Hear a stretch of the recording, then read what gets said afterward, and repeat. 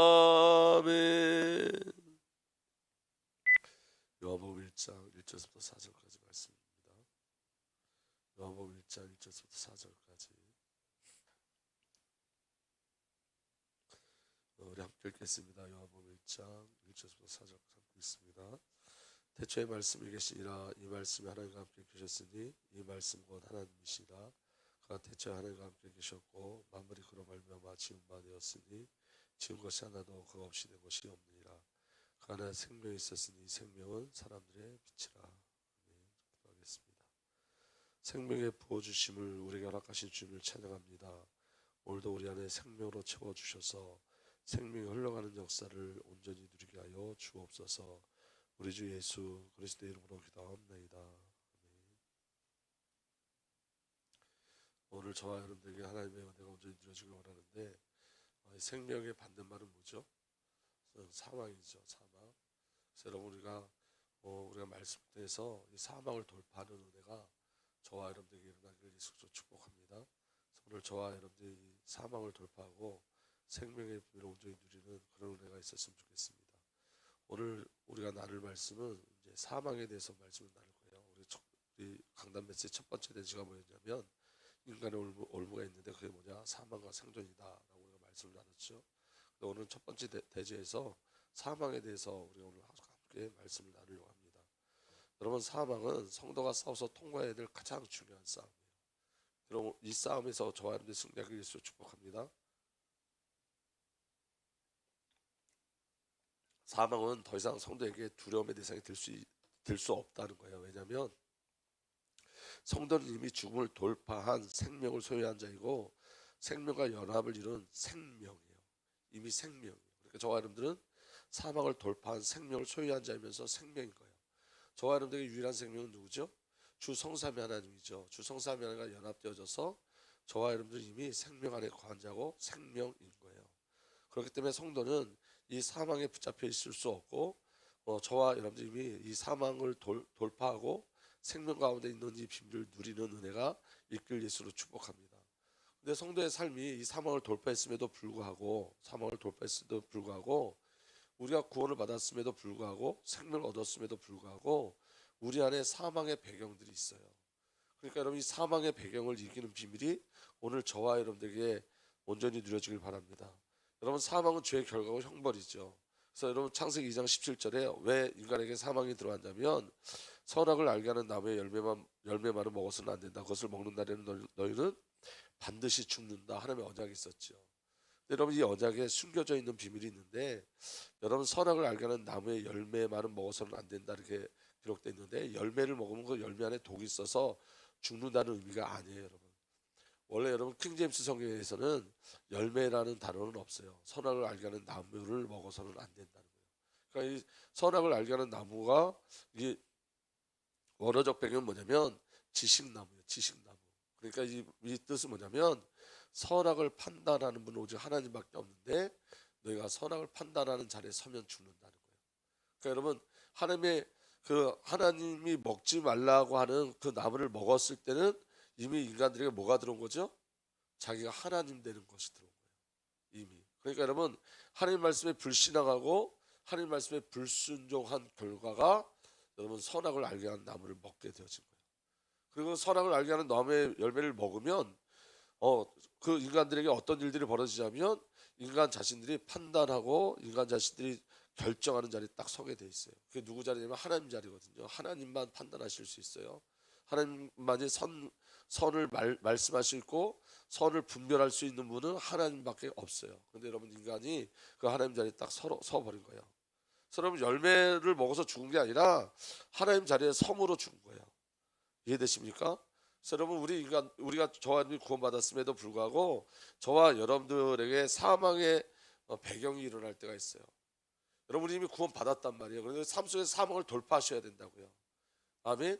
근데 여러분, 우리에게 이 사망의 고통, 이 사망의 배경들이 우리에게 들어와요. 하나님 말씀에 불순종했기 때문에 죽음이 들어왔어요. 하나님 말씀을 불신하고 하나님 말씀에 불순종함으로 죽음이 들어왔어요. 근데 여러분, 저와 여러분들이 죽음을 통과한 자들이 예수 그리스도로 말미암아. 그래서 여러분, 선악을 알게 하는 나무를 먹지 않는, 선악을 알게 하는 나무의 열매를 먹지 않는 비밀은 하나밖에 없어요. 생명나무를 바라보는 거예요. 계속 생명나무를 바라보고 생명나무를 먹는 거예요. 다시 말하면 생명을 늘 먹는 거죠. 그 생명이 누구죠? 성삼위 하나님이에요. 다시 말하면 성삼위 하나님으로 살아야지만 사망의 배경에 들어가지 않아요.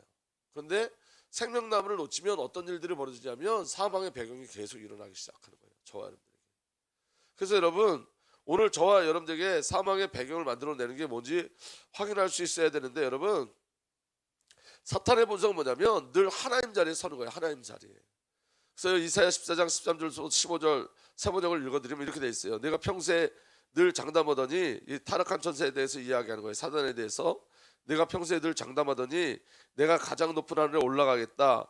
하나님의 별들보다 더 높은 곳에 나의 보좌를 두고 저 멀리 북쪽의 끝에 있는 산 위에 신들이 모이는 그 산 위에 자리 잡아 앉겠다. 내가 저 구름 위에 올라가서 가장 높으신 분과 같아지겠다 하더니, 그렇게 말한 내가 수월로 땅 밑 구덩이에서 맨 밑바닥으로 떨어졌구나.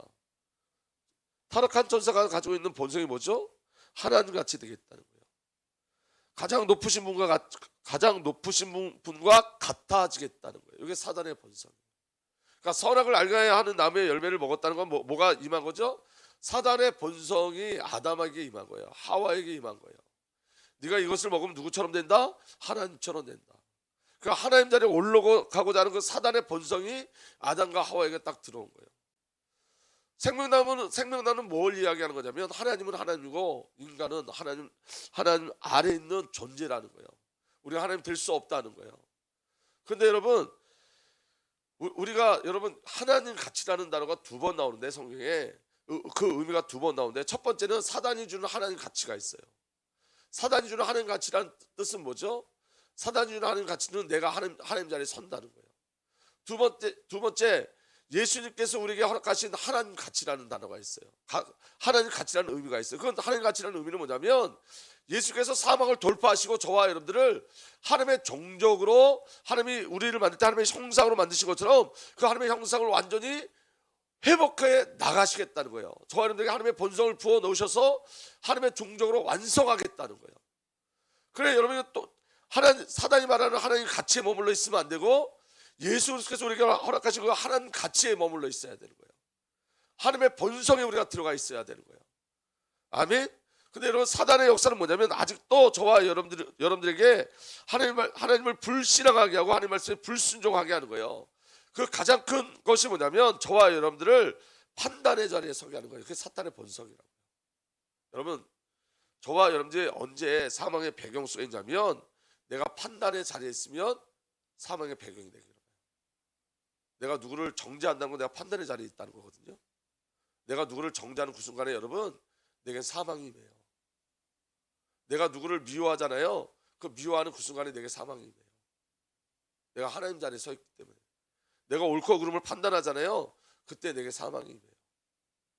제가 이번에 그 큰 사건을 겪었잖아요. 제가 하나님 자리에 서서 하나님처럼 그렇게 행했단 말이에요. 내가 하나님 자리에 서서 하나님처럼 행하는 그 순간 제게 사망이 쑥 들어왔어요. 그 다음부터 제 마음에 평안이 사라지기 시작했어요. 죽음의 이 고통이 계속 죽음의 고통이 계속 임해요. 중요한 건 뭐냐면 여러분, 우리는 하나님 자리에 설 수 있는 자들이 아니라는 거예요. 성경에 왜 예수님께서 원수를 사랑하라고 그런지 아세요? 원수를 미워하는 순간 사망이 배경이 되어져요.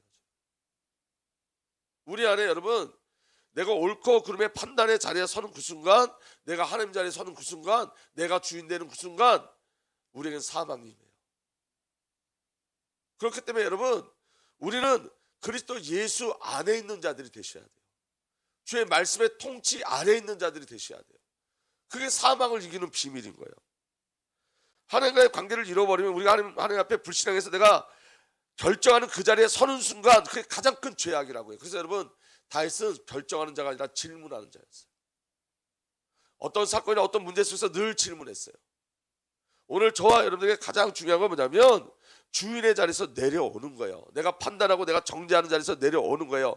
내가 판단하고 정죄하는 기준이 전부 다 뭐죠? 우리가 누구를 판단하거나 무엇을 정죄하거나 무엇을 결정하는 기준이 무엇이죠?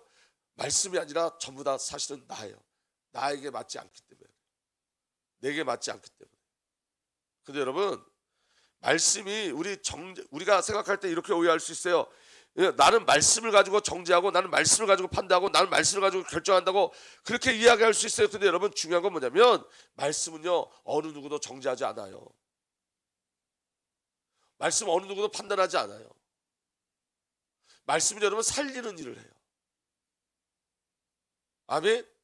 노아가 여러분 술 취해서 온 몸을 다 벌거벗고 누워있을 때, 여러분 벌거벗었다는 영적인 의미는 뭐냐면 하나가 분리됐다는 의미예요.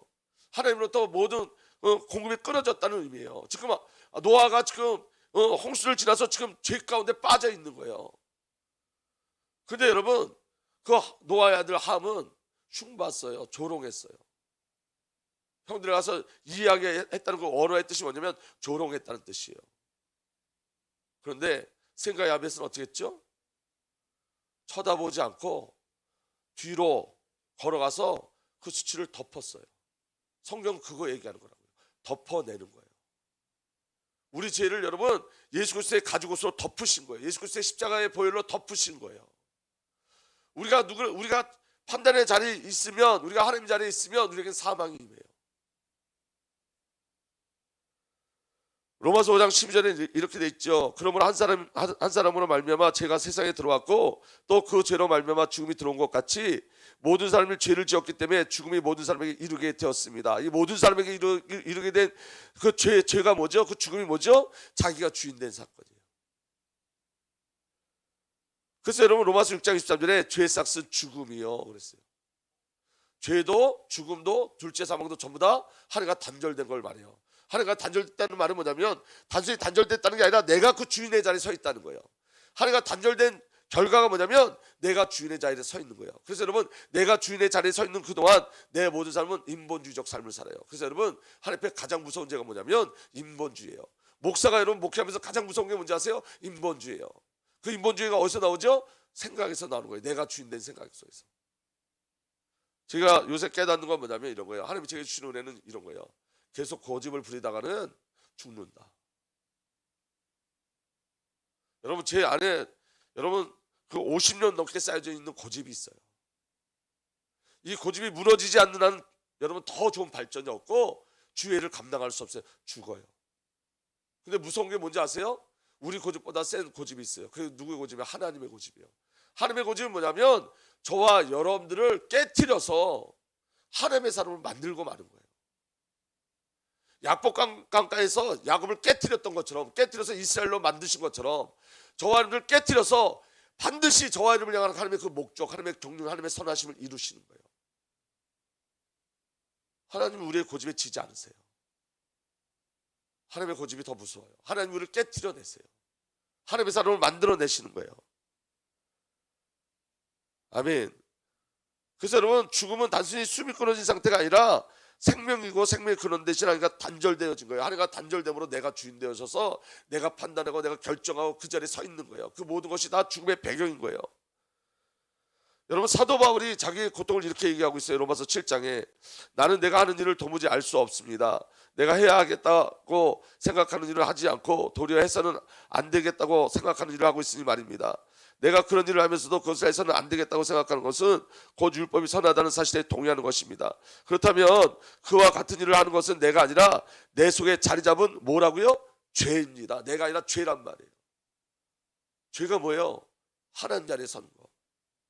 지금 사도 바울이 지금 가장 고통스러워하는 건 뭐냐면, 여러분, 사도 바울이 말하는 건 여러분 우리가 말하는 도덕적 윤리적 그 개념을 이야기하는 게 아니에요. 내가 죄를 짓고 싶지 않은데 내가 아직도 죄를 짓고 있다.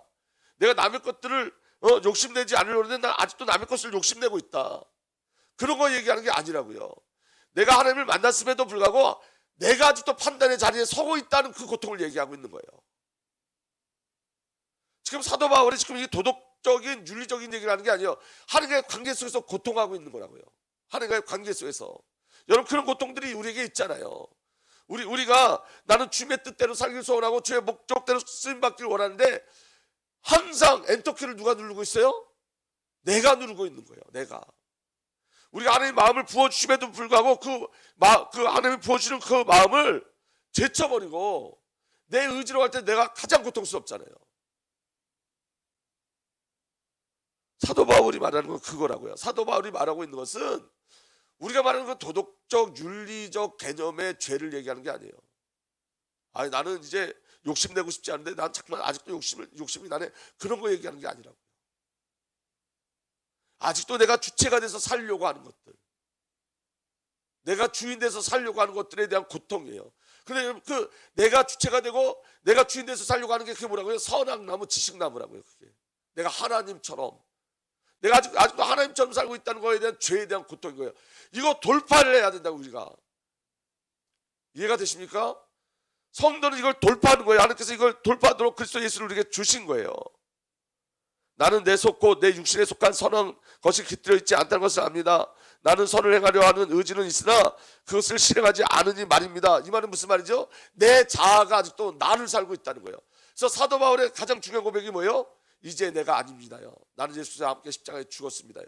그래서 로마서 8장 2절로 로마서 8장으로 넘어갈 때 그리스도가 나타나고 생명을 누리는 성령의 법에 대해서 이야기하는 거예요. 예수가 아니면 나는 불가능하다고 이야기하는 거예요. 그건 여러분 관계 속에서 지금 이야기하는 거예요. 관계를 이야기하는 거예요. 예를 들면 이런 거예요. 여러분, 하나님 우리에게 기도하라고 말씀하시잖아요. 그런데 내가 기도하지 않는 것, 하나님이 예배하라고 하는데 예배하지 않는 것, 하나님이 작년서부터 제게 말씀하셨거든요. 기도하라고. 근데 여러분 저는 제가 기도한다고 착각하고 있었어요. 왜냐하면 기도하는 시간이 남들보다 많다는 의가 내게 있었어요.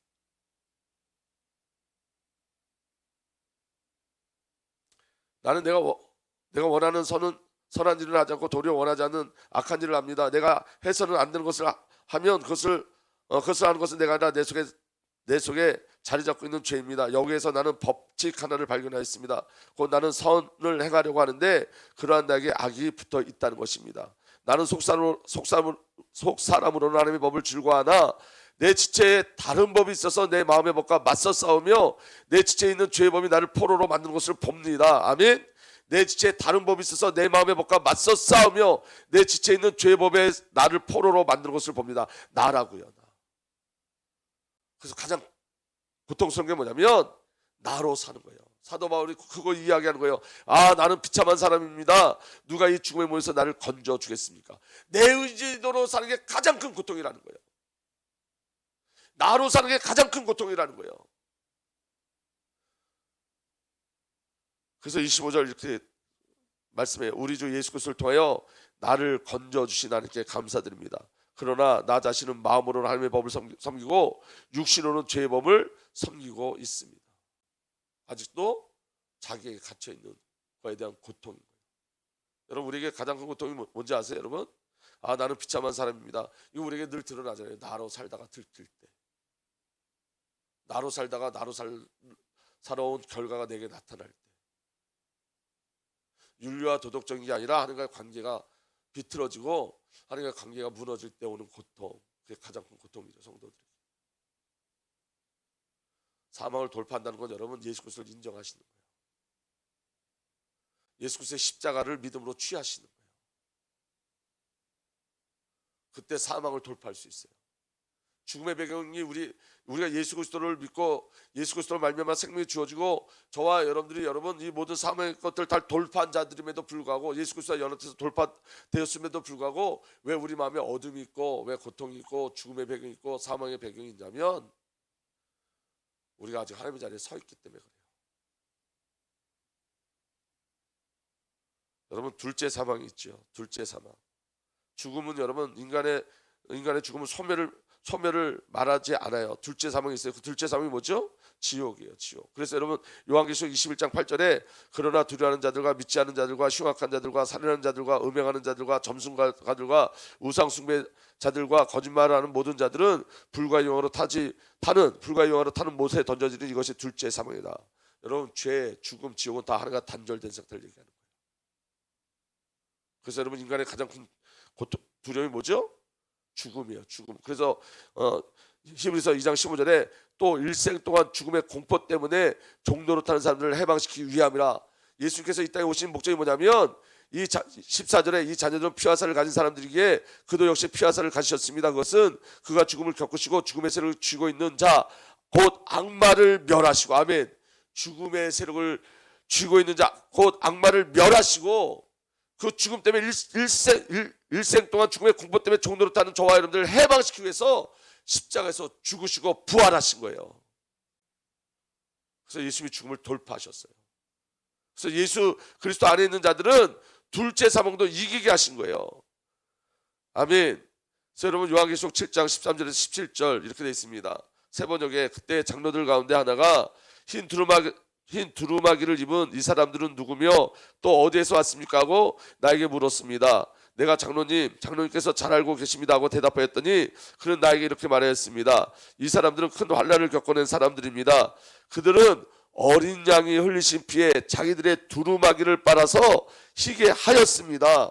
그러므로 그들은 하나님의 보좌 앞에 있고 하나님의 성전에서 밤낮 그분을 섬기고 있습니다. 그리고 그 보좌에 앉으신 분이 그들을 덮는 장막이 되어 주실 것입니다. 그들은 다시는 줄이지 않고 목마르지 않고 해나 그 밖에 어떤 열도 그들 위해 괴롭게 내려 쬐지 않을 것입니다. 보좌 가운데 계신 어린 양이 그들의 목자가 되셔서 생명의 샘물로 그들을 인도하실 것이고 하나님께서 그들의 눈에서 눈물을 말끔히 씻어 주실 것입니다.